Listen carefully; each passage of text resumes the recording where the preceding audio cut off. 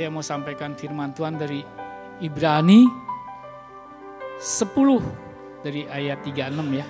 36, 37, 38. Tentang ketekunan. Ya, di pasal ini kitab Ibrani, surat Ibrani ya, itu bicara tentang ketekunan. Memang kalau kita mau masuk dalam rencana Tuhan, tentu kita harus bertekun dalam iman. Ya, jadi itu memang satu ketetapan. Karena iman adalah jantung, nafas ya, sebagai orang percaya. Nanti kita baca. Ya. Sebab kamu memerlukan ketekunan supaya sesudah kamu melakukan kehendak Allah, kamu memperoleh apa yang dijanjikan. Amin, lanjut.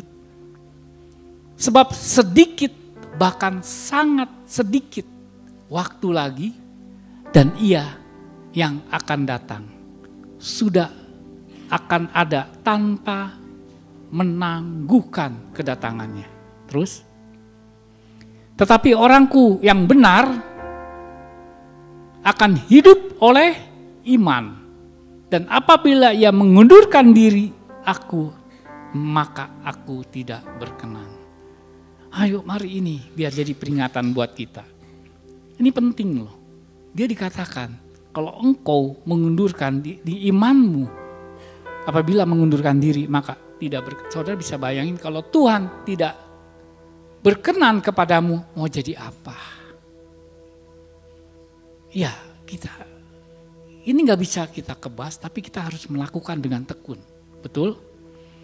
Ya, makanya penting sekali. Iman adalah dasar, Ibrani 11 ayat 1, dasar dari segala sesuatu yang kita harapkan, bukti yang belum dilihat. Jadi yang kita harapkan dari segala sesuatu, ya, saya sering ngomong berkali-kali. Artinya segala sesuatu ya, segala kehidupan kita.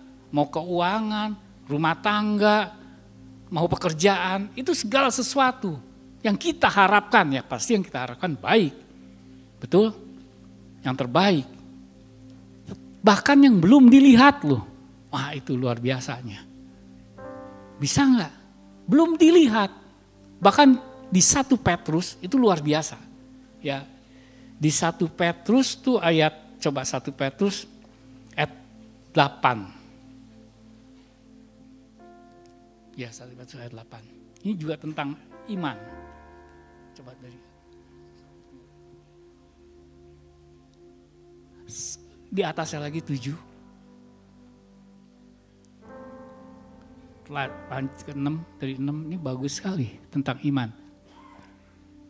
Ya tuh. Bergembiralah akan hal itu. Sekali, nah di 6-nya, ini ke 6 ya. Nah, bergembiralah akan hal itu sekalipun sekarang seketika kamu harus berduka oleh berbagai-bagai pencobaan. Enggak sekali, berbagai-bagai pencobaan. Aduh ini, saya percaya di sini kita semua banyak masalah. Enggak ada orang enggak ada masalah. Betul? Siapa? Coba angkat tangan yang tidak punya masalah. Ada? Siapa tadi? Denda angkat tangan. Ya, saya mau belajar. Ya, tidak ada. Terus berbagai-bagai pencobaan. Maksud semua, lihat, ada maksud dalam semuanya, itu ada maksud, ada tujuan Tuhan. Ialah untuk membuktikan kemurnian imanmu. Jadi untuk membuktikan iman. Kan tadi iman segala sesuatu. Bagaimana membuktikannya dengan pencobaan, dengan segala persoalan. Itu caranya. Kita salah kalau secara dunia memang berbeda, berbalik arah. Ya, kadang-kadang kita kecewa, masa kita udah katanya Yesus berkati kita, kok sekarang begini? Nah, kita nggak tahu dibalik semua itu yang ini. Ya nggak, berbahagia, berbagai-bagai pencobaan. Semua itu untuk kemurnian, membuktikan imanmu supaya jauh lebih tinggi nilai daripada emas. Nah, ya enggak? Emas itu di sini, waduh luar biasa, betul enggak? Emas itu bicara emas udah enggak ada yang tandingin. Betul enggak? Makanya Tuhan pakai perumpamaan, firman Tuhan pakai perumpamaan supaya nilainya lebih tinggi dari emas yang fana. Iman kita di atas. Ya. Di atas segala, caranya mana? Diuji. Sama. Kalau kita mau ambil sarjana, dokter ambil S2, pasti harus melalui ujian dong. Ya nggak mungkin lah. Sama. Intinya cuma beda persoalannya. Kalau kita mau diangkat Tuhan tinggi, harus kita diuji iman kita. Ya biar ini menjadi satu peringatan buat kita semua di tempat ini.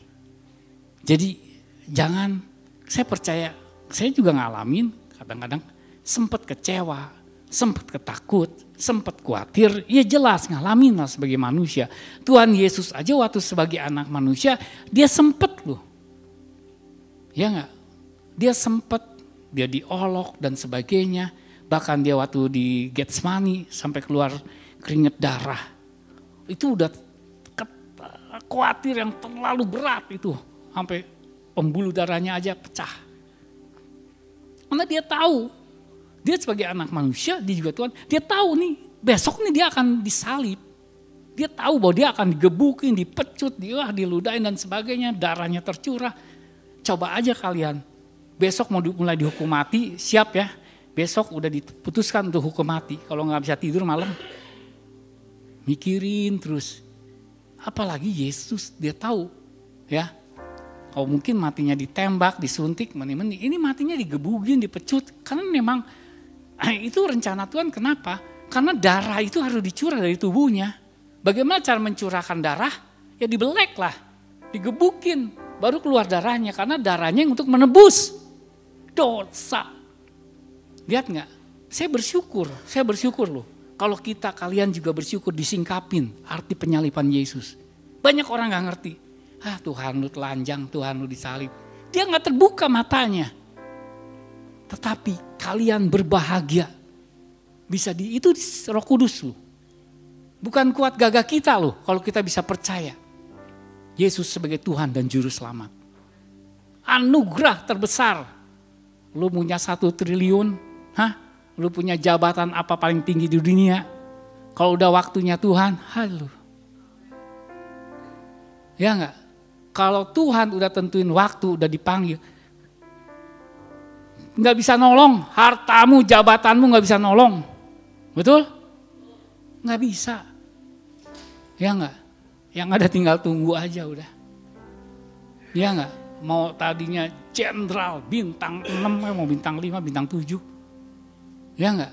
Tetapi kalau udah waktunya Tuhan jalan aja udah susah, bekat seperti jenderal, udah, ya nggak? Tapi itu membuktikan bahwa hidup ini hanya sementara. Kita gak bisa sombong. Tapi orang gak bisa sadar kadang-kadang. Kita selalu merasa kita hebat. Padahal udah dikit lagi mau dipanggil Tuhan. Tetap aja gak bisa sadar. Tapi kalau hari ini kita disadarkan, kita berbahagia, amin. Iya, kita berbahagia loh. Artinya kita gak sia. Karena gini, tadi dibilangin. Ya.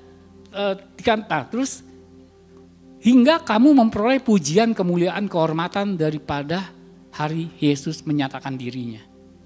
Ya enggak? Nah itu tadi.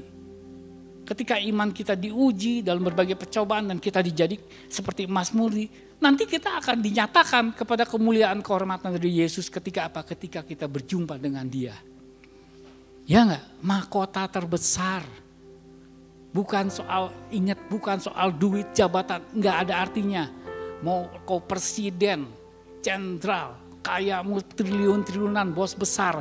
Waktu engkau berhadapan dengan Tuhan, engkau hamba semua. Semua sama di hadapan Tuhan, enggak ada, oh ini raja, terus Tuhan Yesus mau hormatin gitu. Itu mah di dunia. Ya enggak bisa. Biar ini menjadi peringatan buat kita semua. Terus lanjut, dikatakan tuh, sekalipun kamu belum pernah melihat. Apa maksudnya? Nah itu iman, sekalipun belum pernah melihat. namun kamu mengasihi, kamu percaya kepada dia. Sekalipun kamu sekarang tidak, 2 kali dibilang. Sekalipun belum pernah lihat, sekalipun belum pernah melihat. Kenapa 2 kali? Supaya dijelaskan. Supaya kita tahu, itulah iman. Kamu bergembira karena sukacita yang mulia dan yang tak terkatakan, artinya udah gak bisa ngomongin lah. Kebahagiaanmu ketika engkau terima imanmu, ketika imanmu dibuktikan. Ya, kembali lagi ke Ibrani. Ya, tadi dikatakan di ayat yang ke-30,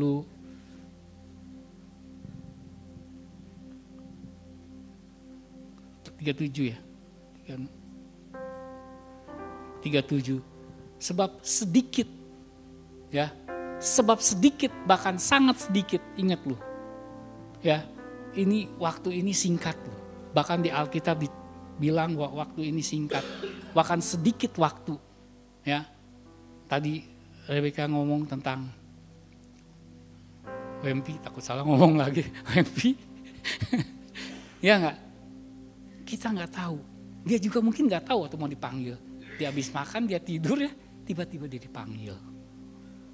Ayo, kita nggak bisa bilang, gue masih muda, masih panjang. Enggak. Tidak ada yang tahu namanya waktunya Tuhan. Saya tahu, ini artinya sebab sedikit waktu, bahkan sedikit waktu lagi, Ia yang akan datang. Datang itu macam-macam. Dia bisa datang kedua kali, bisa dia datang menjemput kita. Makanya dia bilang waktu sedikit lagi. Hayo, ini juga menyadarkan kita, jadi kita benar-benar gak fokus kepada persoalan, pergumulan, tapi fokus kepada rencana Tuhan. Iya, artinya gini, kalau hari ini engkau mengalami satu yang dikatakan pencobaan, yang dikatakan masalah, bila pencobaan, bicara permasalahan hidupmu. Saya percaya setiap kita diizinkan oleh Tuhan pergumulan supaya kita diuji iman kita. Apapun bentuk persoalanmu hari ini, mau gak engkau kuat, mau gak engkau percaya, di balik semua itu engkau sedang dimurnikan. Amin. Jangan kau jadi lemah, tapi lihat janji Tuhan. Ya gak? Ayo. Seperti dikatakan, karena waktunya dia datang. Ada orang pikir, datang 2 kali masih lama lah, datang 2 kali, ini firman aja yang ini belum digenapin, yang ini. No. Datang itu bicara datang macam-macam. Artinya kau datang dijemput, ya enggak? Atau datang, dia kedua kali, puji Tuhan. Kalau kita bisa nggak mengalami kematian, saya juga maunya gitu, diangkat Tuhan. Ya enggak? Ya tapi itulah, ya. Jadi artinya hari ini mari, ya kita harus bertekun.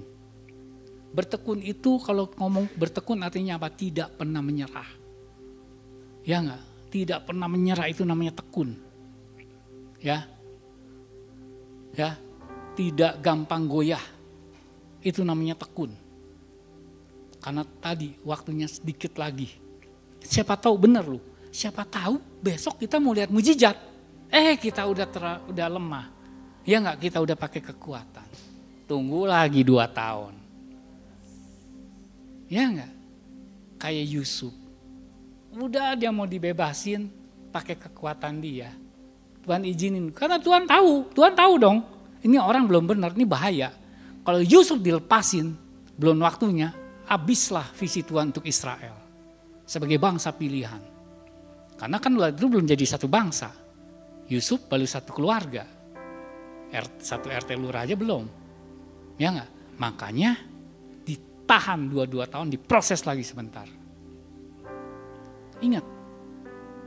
Lihat, tapi kan itu kebaikan. Mungkin Yusuf sempat kecewa pasti. Gue udah tolong lu ya. Gue kasih mimpi lu dan kejadiannya benar, apa yang dibahas mimpinya benar semua lu. Ya, tukar juru minum semua. Tapi begitu dia udah mimpinya dijemahin dan dia benar terjadi, dilupain 2 tahun. Lihat gak, di balik semuanya Tuhan punya rencana ternyata. Supaya dia punya hati yang bijaksana. Karena manusia condongnya sombong. Kecondongannya egois. Makanya dihancurin keegoisan dan kesombongan dengan cara Tuhan. Ketika Yusuf selesai, maka dipertemukan dengan keluarganya dia. Dan dia baru ya kan, udah diangkat, dipertemukan. Nah di situ diuji, masih pahit sakit hati nggak dia? Sempat dia sempat marah loh, sampai dia masuk ke ruangan dia nangis. Pengennya malah ini bunuh aja nih keluar, ini yang nyakitin gue nih. Tetapi dia karena udah diproses Tuhan, akhirnya baru di situ dibuka. Oh maksudnya sudah, kalian nggak usah takut. Karena seizin Tuhan saya dikirim ke Mesir untuk menjadi pemimpin. Nah itu baru terbuka kan. Yang tadi dikatakan. Bahwa disingkapkan kemuliaan Tuhan lewat pencobaannya. Hari ini juga sama. Cuman bedanya sesuai dengan takaran. Pergumulan, persoalan yang kalian hadapi itu tidak lebih dari kekuatan. Betul? Roma 8:28. Segala perkara dapat ditanggung dalam dia. Tidak melebihi kekuatan kita. Hari ini hayo, apapun mungkin bagi kamu besar. Tapi firman Tuhan bilang tidak melebihi kekuatanmu. Artinya engkau sanggup. Betul? Hayo, engkau sanggup. Jangan protes, marah, benerin diri. Ditunda terus. Iya, Tuhan akan tunda. Ya udah sampai selesai diangkat nggak jadi rencana Tuhan. Padahal rencana Tuhan tadi kita habis nyanyi, bintang kita adalah bintangnya Tuhan, terang Tuhan. Ayo, saudara, kalau saudara mau dipakai semakin besar, prosesnya juga besar. Si dokter mau tambah lagi S3, waktunya tambah lagi dok, belajar lagi, waktu lagi, tenaga lagi, betul nggak? Tambah lagi S4. Tambah lagi S9, mahal harganya sekarang udah S17, ada udah 17. Iya enggak? Nah jadi itulah, ya memang nggak gampang. Kita firman Tuhan itu nggak gampang ketika kita praktekin dalam hidup kita, termasuk saya. Tapi mari ya kita bersama saling menguatkan, saling mengingatkan, biar hari ini juga menjadi kekuatan buat kita. Terus dilanjutnya di ayat ya ayat 31 dikatakan gini loh, ngeri loh. Dari ayat 30 ya. Sebab kita mengenal Dia yang berkata bahwa pembalasan adalah haknya Tuhan. Akulah yang akan menuntut pembalasan. Dan lagi Tuhan akan menghakimi umatnya. Ngeri benar. Ngeri. Bayangin loh. Di kitab ayat ditulis ngeri. Ya artinya keras ini tentunya. Ngeri benar kalau jatuh ke dalam tangan Tuhan yang hidup. Benar loh. Lebih baik kita jatuh ke tangan manusia. Betul? Engkau dihianatin. Enggak usah takut. Tapi kalau engkau jatuh ke tangan Tuhan, Daud yang pernah ngomong juga di Mazmur, lebih baik jatuh ke tangan manusia. Arti nggak? Maksudnya arti nggak?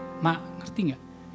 Artinya ke tangan manusia, mungkin kau dihianatin, mungkin kau dibully, mungkin kau nggak usah takut. Tuhan yang bela, pembalasan adalah milik Dia. Dia hakim di atas segala hakim. Tapi kalau engkau yang hukumnya Tuhan, celakalah kau. Ngeri benar, celaka. Siapa? Ya, mau minta ke siapa? Kalau nggak salah kitab Samuel juga itu, ya waktu anak-anaknya itu tuh ya, lebih dihukum oleh Tuhan kalau dihukum oleh Allah. Kita mau minta tolong ke siapa? Ayo, kalau dihukum manusia, kan Tuhan punya rencana yang baik, ya enggak? Kutuk jadi berkat, betul. Ya enggak, kalau tuh gini loh, bahkan musuh kita, Tuhan bisa pakai jadi menolong kita. Ingat waktu Daud di Filistin, di lingkungan Filistin, yang bela justru musuh. Yusuf di penjara, yang bela Fir'aun, musuh. Lihat, bagi Tuhan nggak ada yang mustahil. Nangkapnya. Di mana engkau dibuang, akan menjadi berkat. Justru di situ ada harta karun terpendam. Kita nggak tahu. Setia, betul nggak? Dibuang di tempat manapun, ya nggak? Itu benar. Ya, jadi hari ini mari, jangan kita kecewa. Engkau mau ditaruh di kampung, di kota sunyi, bukankah ada firman-Nya? Kita dipilih untuk membangun kota-kota sunyi, membangun kota-kota runtuh. Mungkin kau lihat di sini kota sunyi. Kalau bukan Tuhan yang mau nyatakan kemuliaan, siapa? Dan siapa di pihak Tuhan? Ya kita semua inilah yang melanjutkan tugas-tugasnya itu. Ya enggak? Semua murid-muridnya sudah ada di surga. Siapa lagi? Kalau bukan kita, siapa? Untuk melanjutkan regeneration ini. Ya kita, saudara dan saya. Untuk melanjutkan pekerjaan Tuhan yang belum selesai. Ya juga, seperti dikatakan di kitab Yohanes berapa yang katanya. Bahkan kamu akan melakukan pekerjaan yang lebih besar, kata Yesus. Yang lebih besar, Yesus yang ngomong loh. Ya, bukan arti kita ngelawan Yesus. Yesus yang kasih janji bahwa engkau akan melakukan pekerjaan yang lebih besar. Karena memang teknologi udah berubah. Kalau Yesus berjalan di atas air, mungkin kamu di atas udara. Ya pekerjaan yang lebih besar katanya kan gitu. Betul nggak? Ya, Yesus 5.000. Mungkin kamu 5 juta orang. Itu bukannya kita ngelawan dia, tapi itu perintah, itu memang udah firman Tuhan, Yesus yang ngomong. Ada orang yang bilang, kalau dibilang itu buset, mana mungkin? Nah, terjadilah menurut imanmu. Betul? Bagi Tuhan nggak ada yang mustahil. Nah, jadi kita ini adalah pelanjut generasi yang untuk melanjutkan. Sekarang tergantung saudara mau percaya atau enggak. Ya. Dan ingat bahwa Tuhan Yesus bukan Dia Allah yang bukan Allah yang berdusta. Betul? Arti kata berdusta apa? Dia Allah yang tidak pernah bohong. Artinya apa? Semua yang tercatat di Alkitab pasti digenapi. Itu namanya Allah yang tak pernah berdusta. Betul, saudara.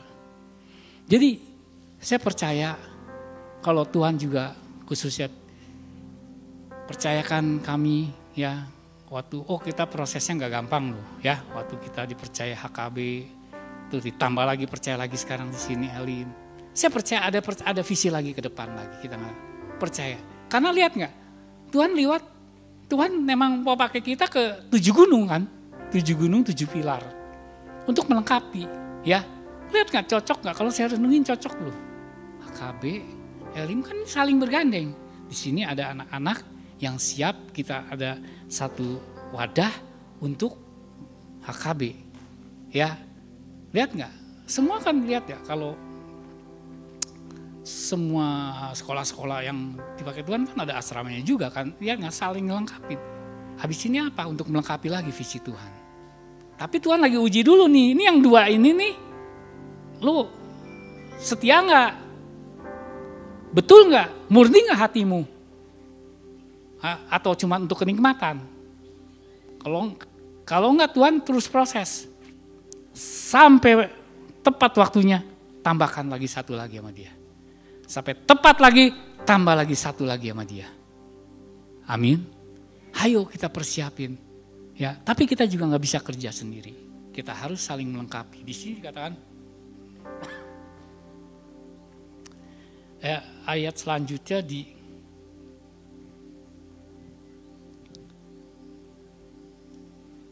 untuk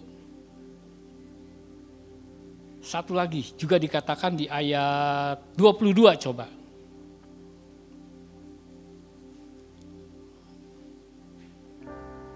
Karena itu marilah kita menghadap Allah dengan hati yang tulus, ikhlas, dan keyakinan iman yang teguh. Ya, oleh karena hati kita telah dibersihkan dari hati nurani yang jahat dan tubuh kita telah dibasuh dengan air yang murni. Lanjut, marilah kita berperang teguh pada pengakuan tentang pengharapan kita, sebab Ia yang menjanjikan setia. Tadi saya katakan setia, tidak pernah berdusta. Setia, arti kata setia itu artinya tidak pernah bohong, tidak pernah berdusta. Lanjut, marilah kita saling perhatikan supaya kita saling mendorong dalam kasih dan pekerjaan yang baik. Artinya kita harus saling perhatikan satu sama lain. Ya enggak? Saling memperhatikan. Ingat ini, ayo. Kenapa mujizat itu terjadi? Karena ada unity. Amin. Kisah para rasul terjadi mujizat itu ada unity. Baca lagi kisah para rasul. Kisah para rasul itu lahir bagaimana ketika Yesus sudah tidak ada. Kalau ada Yesus, muridnya masih tenang. Tapi udah nggak ada Yesus, di situ dia mulai proses pendirian gereja, dari situ mulai.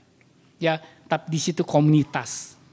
Ya, komunitas, dan di situ ditulis mereka sehati sepikir. Makanya mujizat terjadi. Siapa Petrus? Petrus siapa? Dibanding orang Farisi, pinteran mana? Ya secara dunia logika pasti pinteran orang Farisi. Iya ngerti firman, teologi dia tahu semua. Tapi Petrus nelayan.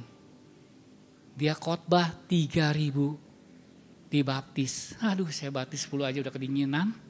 3.000 cengker. Serahin sama dokter Yanto aja suruh ngebaptis. 3.000 saya ngebayangin 3.000. Petrus, gimana caranya itu ya? Ya tapi Tuhan lagi kekuatan. Nah, lihat nggak? Di situ dikatakan mereka sehati, mereka sepikir. Milikku, milikmu. Ya waktu mereka tinggal bersama. Salah satu visi Elim itu Pak Jeffrey almarhum. Salah satunya itu diambil dari kisah para rasul. Saya ingat dulu. Ya makanya kan tinggal satu atap kita semuanya. Ya, dengan sehati sepikir ya. Betul, mujizat terjadi. Ya, saya percaya kisah rasul itu juga gereja mula-mula. Ya, setelah itu kan terus mulai berubah. Elim mula-mula juga, waduh luar biasa yang tadi Rebecca bilang. Di sini ada mengalir air. Dulu di sini di bawah tuh tempat kayak kolam gitu tuh air tuh dok. Bisa orang pada doa di dalam. Tapi ada air dulu kan ada lubang situ. Ya terus sini air mengalir dan banyak orang datang dia minum. Saya aja selalu takut, tapi sembuh dia. Ya itu iman kan, ya enggak? Nah itu terjadi seperti itu. Ya makanya ketika ada unity, mujizat akan terjadi. Nah, artinya ayo hari ini kita saling melengkapi satu sama lain. Ya, baik gereja, baik di Elim juga saling melengkapi. Jangan saling menutupi. Ya, justru kalau gini loh, anak-anak juga di tempat ini, ayo saling saling mengingatkan satu sama lain, ya supaya kegerakan iblis itu benar-benar dihancurkan, ya enggak, dibongkar, ya jangan kita nggak enak, takut nggak enak, ayo, itu artinya ada benih pengkhianatan di dalam dirimu kalau engkau tidak bertobat. Ayo saling jujur, saling menasehati satu sama lain sesuai dengan firman. Karena apa? Karena kita itu nggak bisa. Setiap kita punya stronghold. Ya, kalau mobil tuh kita punya spion. Ya enggak?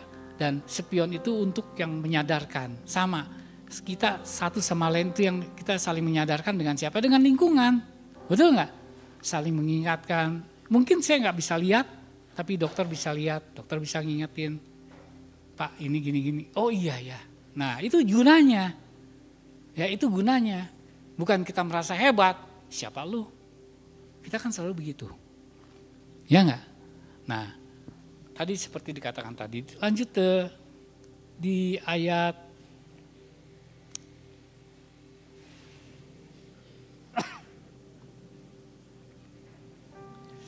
itu di ayat berapa ya?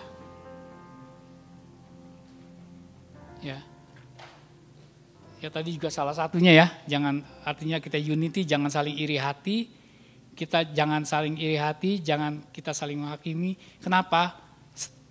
Setiap kita tuh diberi karunia masing-masing, ya. Jadi saya percaya setiap kita diberikan karunia, salah satu yaitu kelebihan oleh Tuhan. Betul nggak? Satu kelebihannya di sini. Saya sama Rebecca beda. Mungkin dia lebih ekstrovert ya. Saya lebih tapi itu kalau dua di Gen 1 kan itu lebih melengkapi, betul nggak? Yang satu lebih agresif, yang lebih lebih kurang. Iya betul nggak? Saling melengkapi, betul. Ya nggak? Kalau dua-duanya model begini, waduh, cilaka. Ya nggak? Tidak ada saling menahan. Tapi kalau satu begini, ngerti nggak? Maksud kita semua kita saling. Nah itu kita sadar. Kita sadar bahwa kita, artinya saya Dokter Yanto di bidang ini, saya di bidang ini. Tapi kan saling melengkapi semua di tempat ini, betul nggak? Kalau kita merasa, gue kan gini, gue kan nggak bisa, kita nggak bisa kerja sendiri, nggak bisa. Ya justru itu yang membuat kita jadi unity dan tubuh Kristus semakin sempurna. Amin. Ya nggak? Ada mata, ada hidung, ada mulut. Ya nggak? Ada tangan. Kalau semuanya mata, bagaimana napasnya? Semuanya hidung, bagaimana dengan melihat? Nah itu ya, yang disebut tubuh Kristus saling melengkapi. Nah, juga di ayat 25, sorry tadi, ayat tambah naikin satu lagi. Janganlah kita menjauhkan diri dari pertemuan ibadah seperti biasa beberapa orang, ya. Tetapi marilah kita saling menasehati dan semakin giat melakukan menjelang hari Tuhan yang sudah dekat. Saudara ini loh, perjanjian lama itu lebih kejam loh.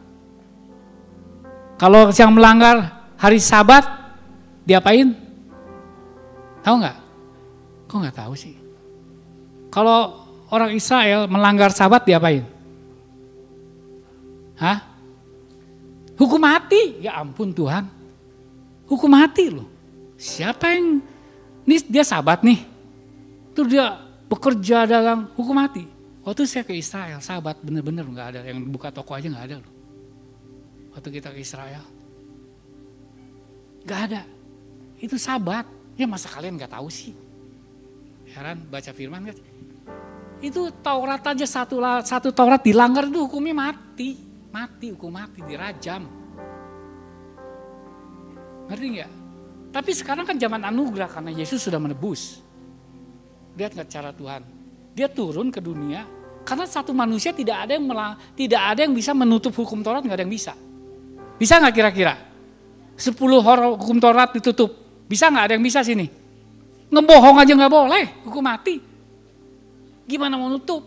Makanya Tuhan itu harus menjadi manusia, turun untuk menutupi Taurat supaya anugerah kita diselamatkan udah bukan Taurat lagi tapi Yesus. Nangkep gak nih? Kalau saya mengerti loh, kenapa dia harus turun sebagai anak manusia? Karena dia menutupi, manusia gak bisa. Manusia tidak bisa. Menebus dosanya gak bisa. Harus sang pencipta yang turun. Dan dia dianiaya, dia harus merendahkan diri menjadi hamba.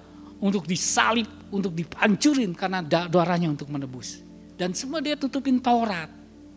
Nah, cuman sekarang udah anugerah kan. Tapi juga tetap firman Tuhan tidak bisa dilanggar. Makanya kenapa? Jangan, pertemuan menjauhkan diri. Ingat Matius 6 ayat 33 apa? Nah kalau yang ini ingat. Carilah dulu kerajaan Allah, maka semua ditambahkan. Apa maksudnya? Coba. Apa maksudnya? Apa maksud cari kerajaan Allah? Apa? Ya ini, jangan ibadah. Jangan kita menjauhi. Carilah kerajaan Allah dahulu. Maka semua ditambahkan. Iya enggak? Bukan uang. No. Tidak bisa. Taruhan sama saya. Kalau saudara uang gak pernah ibadah bisa diberkati. Jangan panggil nama saya. Andaikan kau diberkati, kau akan kena. Kecuali kau bukan iman Kristus ya. Tapi kalau orang, ingat gak? Apa katanya? Ini dimulai dari gereja Tuhan apa? Hukuman ya? Hukuman dimulai dari gereja. Apa maksudnya? Karena kita yang sudah ngerti firman, tapi melanggar. Jadi orang-orang yang dihukum itu orang-orang fasik justru. Yang tahu firman tapi melanggar.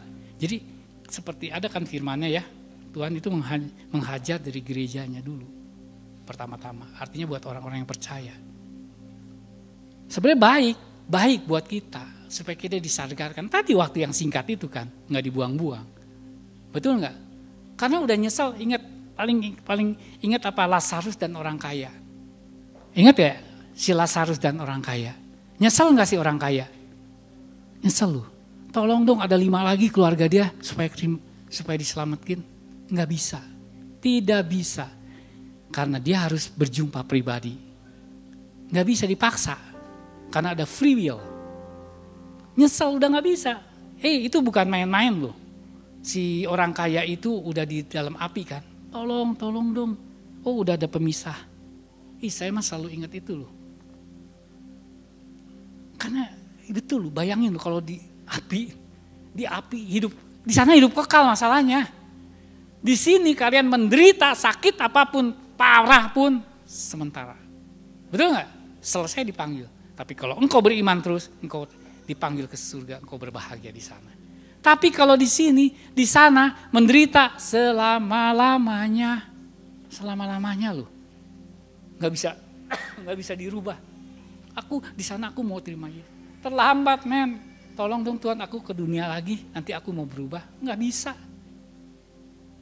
Itu yang terjadi di Tuhan kasih contoh di kisah Lazarus. Menjadi satu gambaran buat kita supaya kita sadar. Ya makanya tadi ya, biar ini jadi ingatan buat kita semua, saling mengingatkan. Ya, jangan kita meninggalkan artinya ibadah, tapi lah cari kerajaan Allah seperti di Matius itu. Iya betul. Kami selalu punya komitmen di keluarga begitu. Setiap hari Minggu harus. Karena itu jadi hukum yang tidak bisa dirubah selamanya. Sebab saya bersyukur kalau sampai hari ini saya melayani Tuhan udah hampir 25 mungkin lebih kali. Tuhan tidak pernah kami berkekurangan, seenggaknya Tuhan cukupi terus, masih bisa istilahnya dicukupi Tuhan dengan cara ajaib. Bahkan ditambahkan lagi bagi pelayan ini, ditambahin lagi. Kadang-kadang aduh ngap rasanya ini Tuhan. Ya ini umur udah makin tua. Tapi ditambah lagi pelayan ini ya tapi itulah ya istilahnya selama kita bisa melayani sebelum terkapar, tetap kita melayani Tuhan terus sampai garis akhir. Nah itu ya, terus dilanjutkan lagi dikatakan bahwa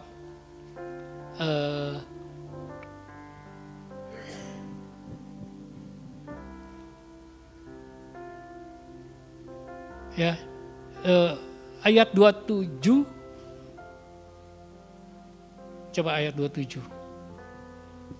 Tetapi yang ada adalah kematian yang mengerikan, akan penghakiman dan api yang dahsyat yang menghanguskan semua orang durhaka. Lanjut. Jika ada orang yang menolak hukum Musa, ia dihukum mati tuh. Oh dulu Taurat keras, hukum Taurat tuh. Karena memang gini loh. Karena bangsa Israel itu dipilih menjadi bangsa yang kudus. Makanya dia diprosesnya. Prosesnya keras. Karena bangsa yang kudus. Dia bangsa pilihan di antara semua di muka bumi. Hanya dia bangsa yang dipilih Tuhan. Dan dia akan lahir. Yesus akan lahir dari bangsa ini.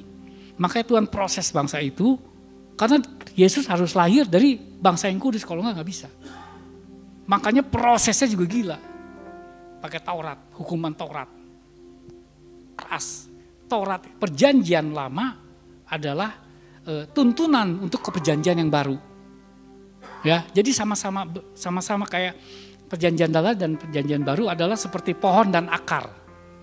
Ya, perjanjian lama akar, perjanjian baru dahan. Jadi kalau salah satu nggak ada nggak bisa. Saling menunjang. Nah, itu. Ya, jadinya artinya tadi dikatakan jika ada orang yang menolak hukum Musa, ia akan dihukum mati tanpa belas kasihan atas keterangan 2 orang tidak saksi. Lanjut.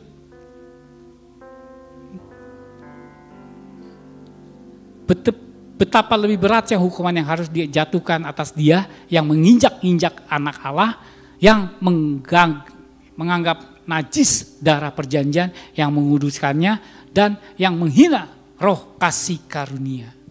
Artinya apa? Nah ini, yang menginjak anak Allah artinya gini, kita yang menyia-nyiakan anugerah Tuhan, menyia-nyiakan ya, seperti itu dia bilang, betapa berat hukuman yang harus dijatuhkan, menginjak anak-anak Allah, ya, menguduskan terus menghina roh. Sebab kita mengenal Dia yang berkata pembalasan adalah hakku, yang tadi dikatakan ya, akulah yang akan menuntut pembalasan dan lagi Tuhan akan menghakimi umatnya. Ya, jadi semua Dia hakim di atas segala hakim. Saya percaya. Jadi kalian gak usah sakit hati, kalian mungkin kita pernah dibully, kita pernah tidak adilin, ya keadilan di dunia. Percayalah itu hanya sementara, tapi itu penghakiman biar milik Tuhan, kita gak usah kepahitan, tapi kita jalanin aja semua, dibalik semua Tuhan punya rencana yang indah. Amin. Ya, karena pembalasan itu milik Tuhan. Kita gak usah sakit hati. Hari ini mari apapun strongholdmu, apapun kepahitanmu, masa lalumu hilang. Kita adalah ciptaan yang baru. Betul? Karena Tuhan telah menebus. Ya. Ini anak-anak Elim juga ingat, kalian udah, kadang-kadang kenapa orang gak bisa sembuh? Karena orang mengingat masa lalu, itu yang gak bisa sembuh. Gak bisa sembuh. Masa lalu. Sedang Tuhan bilang kita ciptaan yang baru, ditebus. Ya, jangan merasa, aku nih dibuang nih. Semua yang dipakai Tuhan, orang-orang dibuang. Yusuf, Daud, Abraham, dia harus keluar dari keluarga. Karena gak bisa ada ragi. Betul gak? Kalau Abraham, dia tinggal masih sama keluarganya, karena keluarganya kan masih menyembah itu kan berhala. Dia harus keluar, karena dia harus dia bapak bangsa. Dia harus dimurniin dulu. Dan gak boleh ada ragi di rumah tangganya. Ngerti gak? Nah, saya waktu keluar dipanggil ke Elim, terima Yesus, itu saya dapat ayat itu. Dia dapat ayat itu bahwa saya harus keluar dari keluarga. Kelihatannya gak enak, kelihatannya kayaknya kok, sombong banget nih anak. Ya gak? Saya keluar. Saya pergi sama dia saya mau tinggal di sini. Bahkan orang tua saya sempat marah, gue mau lihat tuh jadi apa katanya. Ya kan dia juga orang belum percaya. Tapi justru ketika saya bertobat, dipulihin, malam dia yang datang pada saya. Dan banyak mereka yang percaya. Lihat gak cara Tuhan bekerja begitu? Jadi memang caranya begitu. Ya, jadi yang seperti dikatakan bahwa Tuhan, kita tahu bahwa Dia adalah hakim segala hakim. Jadi hari ini mari buang kepahitanmu. Engkau adalah manusia baru, ciptaan baru. Kalau enggak, saya katakan kalian sia-sia hidup. Ya, ingat hidup ini singkat dan kalian akan sia-sia dan kalian tidak akan menerima janji Tuhan. Padahal saya percaya setiap kita Tuhan punya rencana yang hebat. Ya, bahkan dia bilang bahwa kita diangkat menjadi kepala bukan ekor. Iya, betul. Itu janji Tuhan. Ya enggak? Setiap kita. Ya, saya percaya. Ayo ini anak-anak di Elim, generasi ingat panggilan, Tuhan sedang memilih engkau menjadi generasi yang dipakai. Mungkin kita nggak tahu satu saat ada yang jadi pejabat, betul? Presiden, jenderal. Asal kamu mau percaya nggak? Apa kamu mau hidup di masa lalumu? Hanya mikirin masa lalu, Tuhan nggak bisa. Iya lu, saya kadang-kadang susah saya nasehatinnya juga. Saya bilang, kamu ini, aduh sayang loh. Tapi ya kita hanya berusaha, ya kembali lagi setiap kita kepada iman kita masing-masing ya. Nah itu, dan yang terakhir saya mau katakan juga bahwa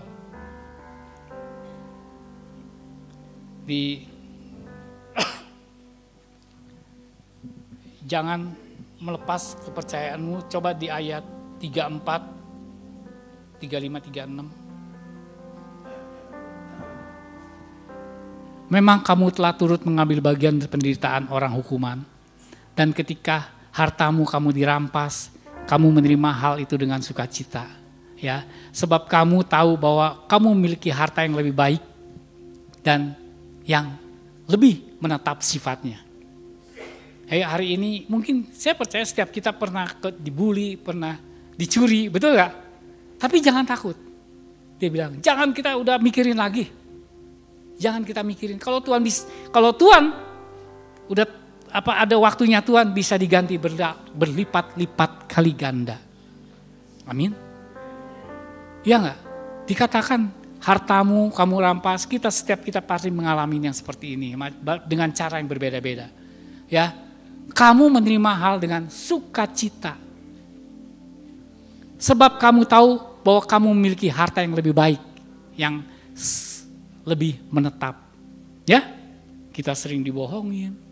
Ya, istilahnya udah ditulung, kita dipentung. Enggak apa-apa. Tuhan bisa ganti.